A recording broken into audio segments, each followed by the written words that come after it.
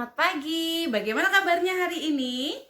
Pagi ini kita kembali akan belajar bersama dengan Miss Santi. Hari ini kita kembali akan memulai hari kita dengan berdoa. Fold your hand, close your eyes, let's pray together. Our Father in heaven, thank you for this morning. We will study together. Please help us to be good and smart. In the name of Jesus Christ we pray. Amen. Masih semangat kan hari ini? Harus ya, meskipun anak-anak masih belajar dari rumah, tapi anak-anak harus tetap semangat untuk tetap mencari ilmu. Oke? Pagi ini kita akan melanjutkan pembahasan kita yang kemarin tentang kebersihan dan kesehatan. Kenapa sih kok kita perlu menjaga kebersihan? Ya, supaya kita terhindar dari penyakit, supaya lingkungan kita juga bersih. Nah, sekarang kalau misalnya kita tidak melakukan tugas kita untuk membersihkan, apa sih yang terjadi?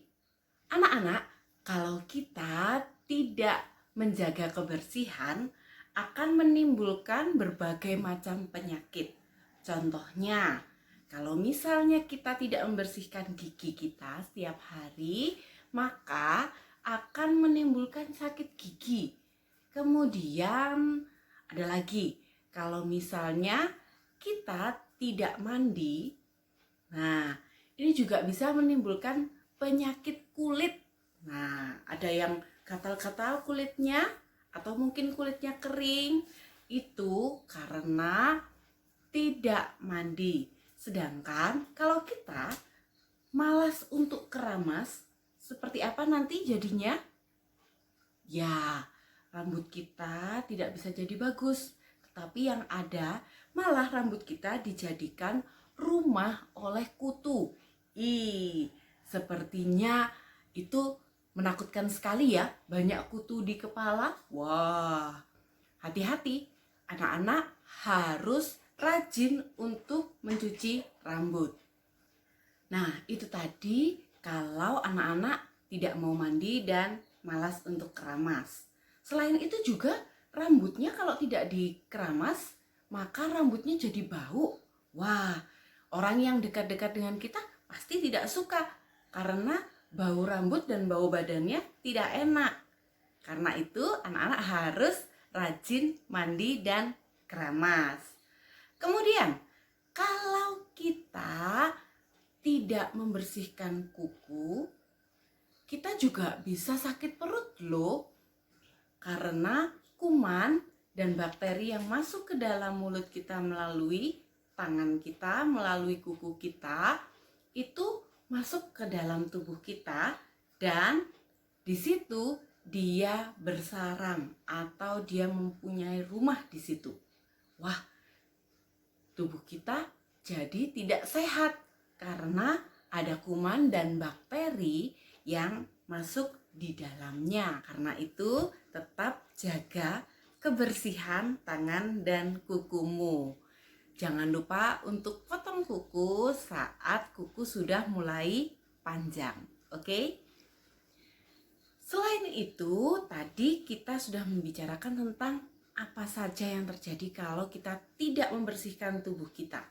Sekarang, apa yang terjadi kalau kita tidak membersihkan lingkungan kita? Mungkinkah menyebabkan penyakit? Kalau kita tidak membersihkan lingkungan kita juga bisa menyebabkan penyakit loh.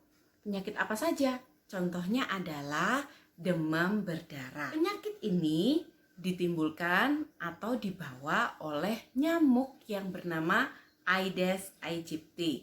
Nah, demam berdarah ini sangat berbahaya loh. Bisa membuat seseorang harus dirawat di rumah sakit. Nyamuk Aedes aegypti ini sangat suka terhadap genangan air.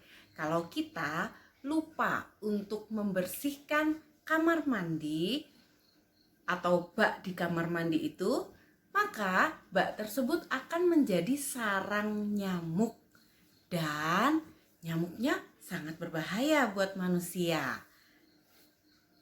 Itu tadi adalah bahaya nyamuk Aedes aegypti karena dia bisa menyebabkan penyakit demam berdarah. Lalu apalagi yang terjadi kalau kita lupa untuk membersihkan lingkungan kita? Jika rumah kita kotor, juga bisa menyebabkan berbagai macam penyakit. Misalnya, kalau rumah kita penuh dengan debu, maka akan membuat kita mudah untuk sakit. Misalnya batuk, kemudian flu, seperti itu. Itu juga bisa karena rumah yang kurang bersih. Karena rumahnya menjadi sarang bagi kuman dan bakteri. Lalu apalagi? Gangguan kulit. Gangguan kulit juga bisa terjadi karena debu atau kotoran yang ada di sekitar kita. Karena itu, jangan pernah lupa untuk membersihkan lingkungan kita. Apa sih aktivitas kita hari ini? Yuk, kita akan mulai aktivitas kita pada pagi hari ini. Kemarin kita sudah belajar membuat huruf B.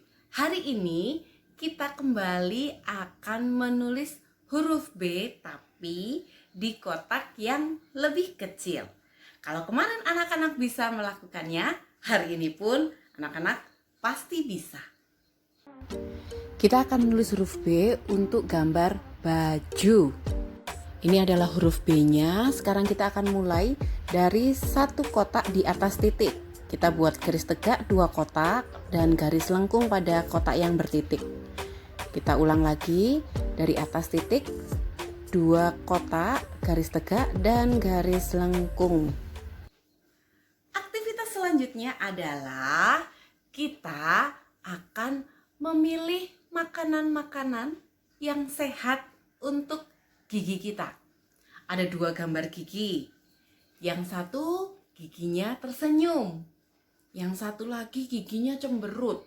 Maksudnya apa? Maksudnya adalah tempelkan potongan-potongan gambar makanan yang sehat untuk gigi pada gigi yang tersenyum. Dan potongan gambar-gambar makanan yang tidak sehat untuk gigi ditempelkan pada gambar gigi yang cemberut. Jadinya seperti ini. Siapkan lembar kerja yang seperti ini ya. Di sini ada gambar gigi yang cemberut atau dia sedang sedih dan gigi yang tersenyum. Gigi yang cemberut ini adalah tempat untuk menempelkan gambar makanan yang tidak sehat. Sedangkan gigi yang tersenyum adalah tempat untuk menempelkan makanan-makanan yang sehat untuk gigi. Lepaskan dulu lembar lampirannya dan kita akan memotong gambar-gambar yang ada di sana. Perhatikan gambarnya, di sana ada macam-macam makanan yang biasa kita makan. Gunting perlahan gambar makanan tersebut ya.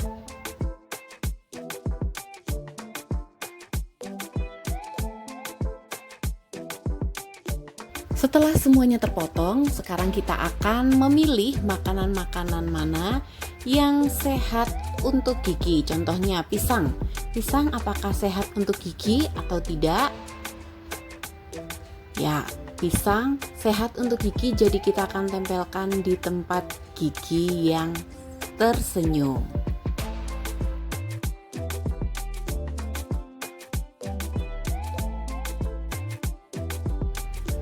Lalu bagaimana dengan donat? Donat yang penuh dengan coklat? Ya, apakah sehat atau tidak?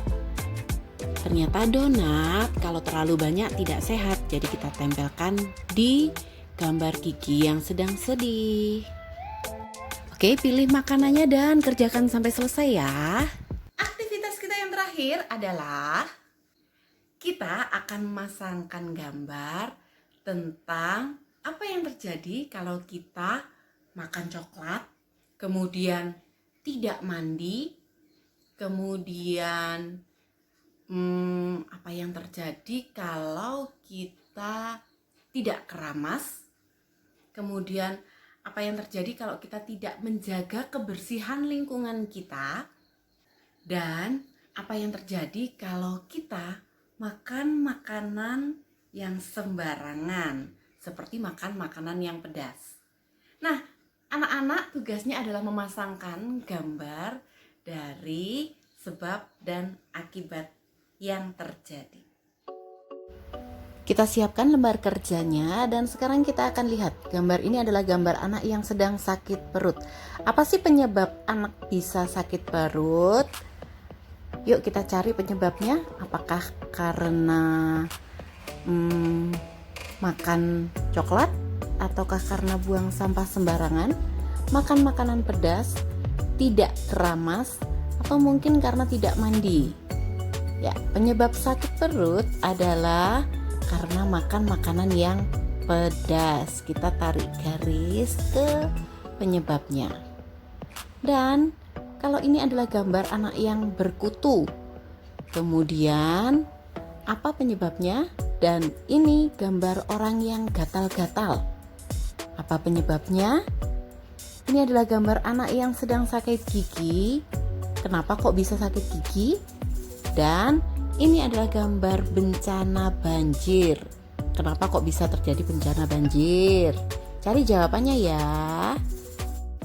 Selesai sudah tugas kita hari ini.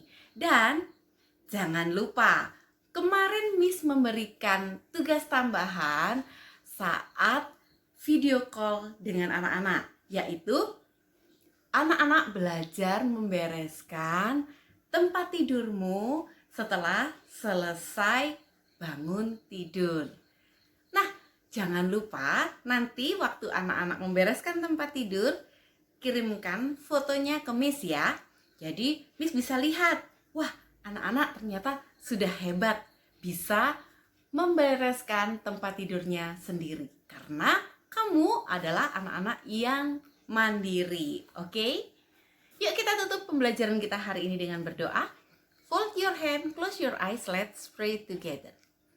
Thank you God for today. We can play and study well. Now we will do our activity. Please bless us and our family. In the name of Jesus Christ we pray. Amen.